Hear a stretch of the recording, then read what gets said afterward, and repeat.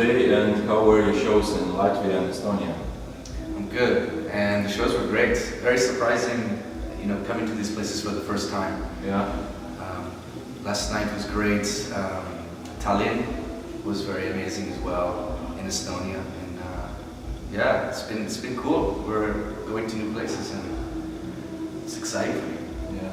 Do you see some differences between European and American public? Definitely. In Europe, there's a stronger connection with what I do. The fan base is larger in Europe, and it's part of the reason why I live in Europe and I live in Berlin. Yeah. Because the demand for live shows is larger here. So rather than living in the States and fly back and forth all the time, I'm in Europe. And also I feel like Europeans they look at music a little bit differently. It's kind of, they see it a little bit more as art.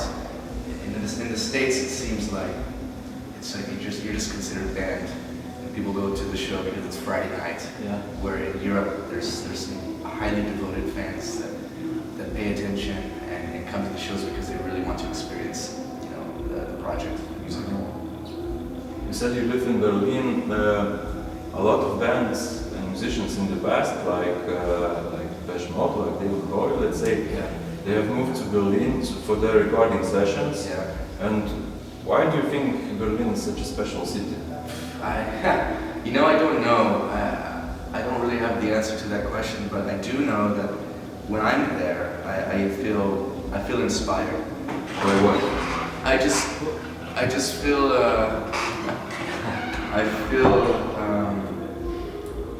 I feel creative, and which is important for me. It's my job, to create. And when I'm in Berlin, I do feel the urge to create something at all times, and it benefits my career. And yeah, I don't know why. I don't know why. There's just a feeling I have. There's no explanation. I don't know if it's the people or the city. I mean, it's not the prettiest city, post-war. Yeah.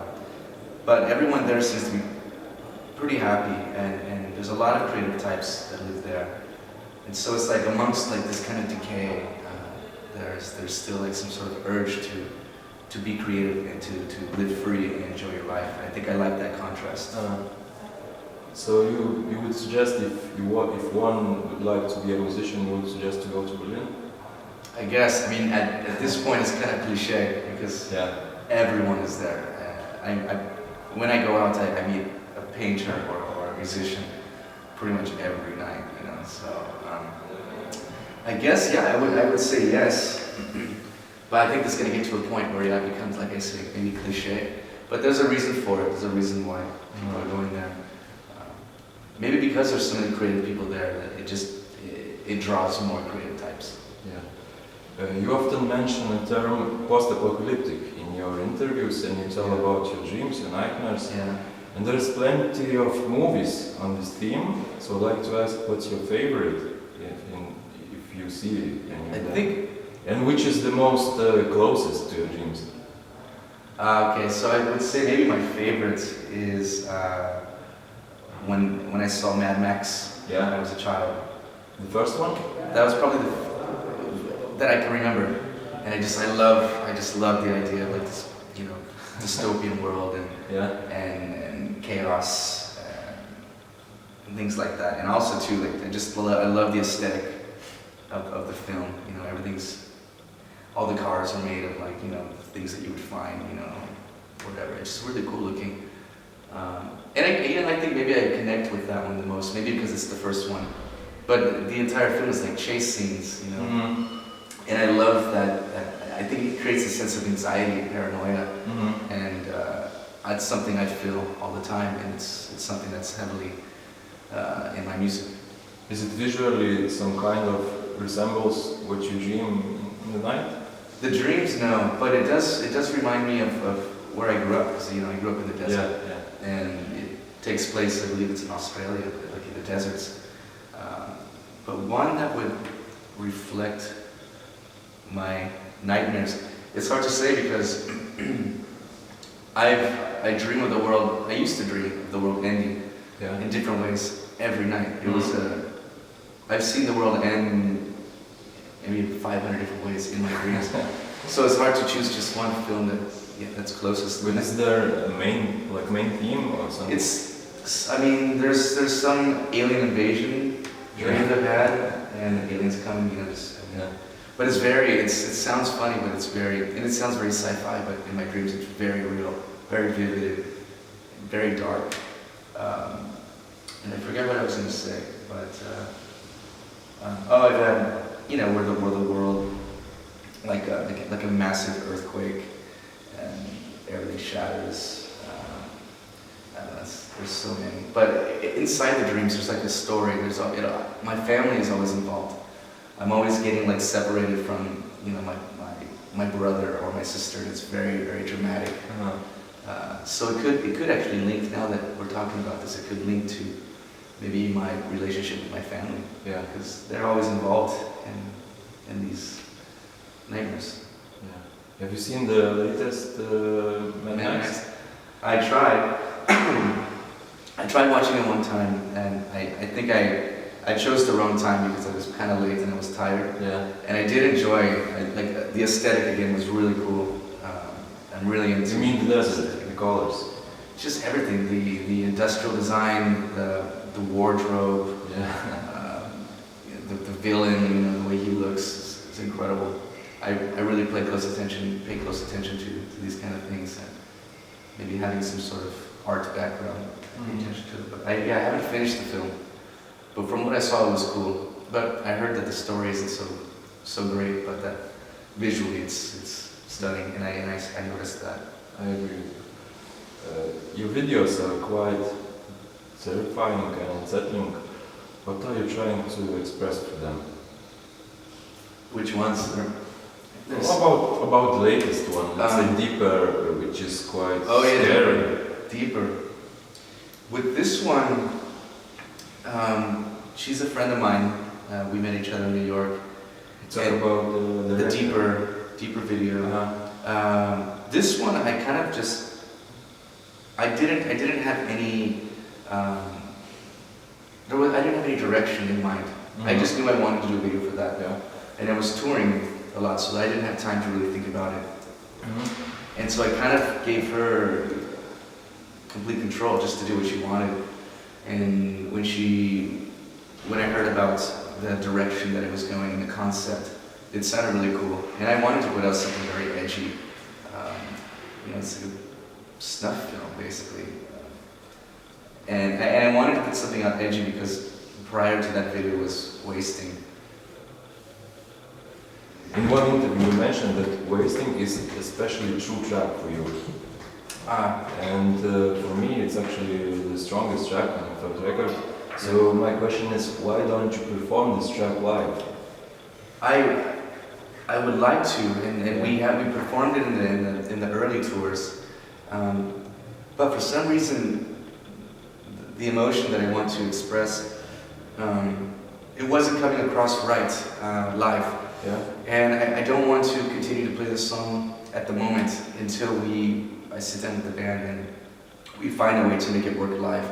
It's one of those songs, it's probably one of the first songs too where it doesn't translate live right away. It's something that needs to be developed, but it works great on the album, and it is for me also one of the highlight tracks, and it's the first track I wrote on Deeper. But it's just tough because I do want to play live. But we're touring so much, there's no time to rehearse it and work on it. But I hope in the future we can do this. Okay. I know that you've been working as a graphic designer. Yeah. So can you please mention some of the album covers that you like the most? Oh wow. Without excluding software covers. There's this one cover, but it's actually just a photo with an artist named Jean-Claude Vannier, a French composer. Yeah. And it's just a photo of, I'm not sure if it's him or not, but it's a small photo of a nude man, and you can see his back, and he's walking towards the ocean on the beach. but he's very small, and you get a big picture of it's on the cover for which band? Jean-Claude Van Damme. Yeah. Okay. I know only Jean-Claude Van Damme. Yeah. But that's a good, I relate to that cover. But other ones, it's so hard, like these kind of questions, there's probably a million that I like, and I can't think off the top of my head. Okay. Next I'd like to ask, you know, I got this impression that every music style has its own drug. Let's say like techno music has ecstasy or MDMA. If we talk about trance or psytrance, there's mushrooms and LSD. So and metal, speed.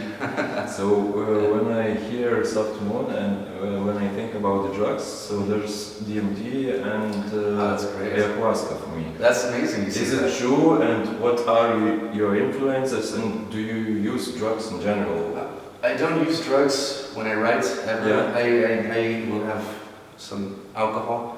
Yeah. It kind of loosens me up a little bit, and it makes me a little bit more emotional, and also gives me a little bit more courage to take risks. Yeah. Because I kind of get into like that I don't give a shit mode. You know, if I'm drinking, I think a lot of people this happens to. But I really like the fact that you say when you hear the music, you feel a connection with DMT and ayahuasca. It's something I haven't done before, but it's something I've always wanted to go do. And we're doing we're hopefully we're going to do a South American tour. Yeah. And so I want to go to Peru. We might play in Peru, but I want to find a way to make it to Peru and go to the Andes Mountains, and I want to experience ayahuasca. And it's one of those things I feel a connection with, but I haven't experienced it. I feel like I understand, and I do feel like that would be the closest connection to the soft moon. So you mainly agree with the fact? So you mainly agree with the fact that your music is some kind, it has connections with I think that's great. I like that. I haven't thought of it before, but I like that. Now that you mention it. Okay, when was the last time when you did something for the first time? Last time I did something for the first time. Are you talking about drugs or? No. No, you've been to Latvia. It was the first time you did something for the. Yeah, yesterday. That was the last time. Yeah, but excluding the tour. Excluding the tour, something in personal life. Yeah. The last time I did something for the first time. Wow, I like this question. Yeah, it's a design.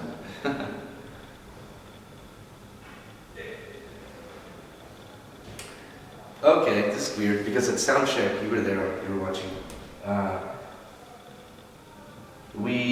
During soundcheck, we were kind of just jamming around, and it's like today. That was just happened. Yeah. Basically, we were kind of jamming on stage, and I felt like this could turn into a song, and I want to work on it. This is the first time that I've included my bandmates on a song. I mean, it hasn't happened yet, but I can already picture it in my head. And we're recording it at soundcheck, so I want to develop it. So this is pretty like groundbreaking for me because I've done everything by myself and played all the instruments and written alone. So this is the first time, and that happened maybe 1 hour ago. Cool. Yeah. So does it mean that some time Soft Moon will develop from a one-man project to a whole band? They could. I mean, this happened very naturally, so that means something. So perhaps in the future, it could happen again. And I've always been open to it. I just didn't know when it was going to happen. It completely surprised me. So we'll see. Is your today's show in Vilnius going to be any different from your regular show on this tour? It's hard to say. Every night is different. Yeah. It always depends on the crowd. But the track listing is like the same? The track list, we might change it a little bit. Yeah. Because we decided after the show last night that it didn't really flow in a proper way. We didn't feel like it did. So I think we're going to work on the track list a little bit more and maybe create something that works a little bit better. So I think basically that's it. Cool. Thank you for your time. Well, have a good show. Thank you. Thanks. Feel free to get maybe a arranged a flat for me. And I thought, okay, why not?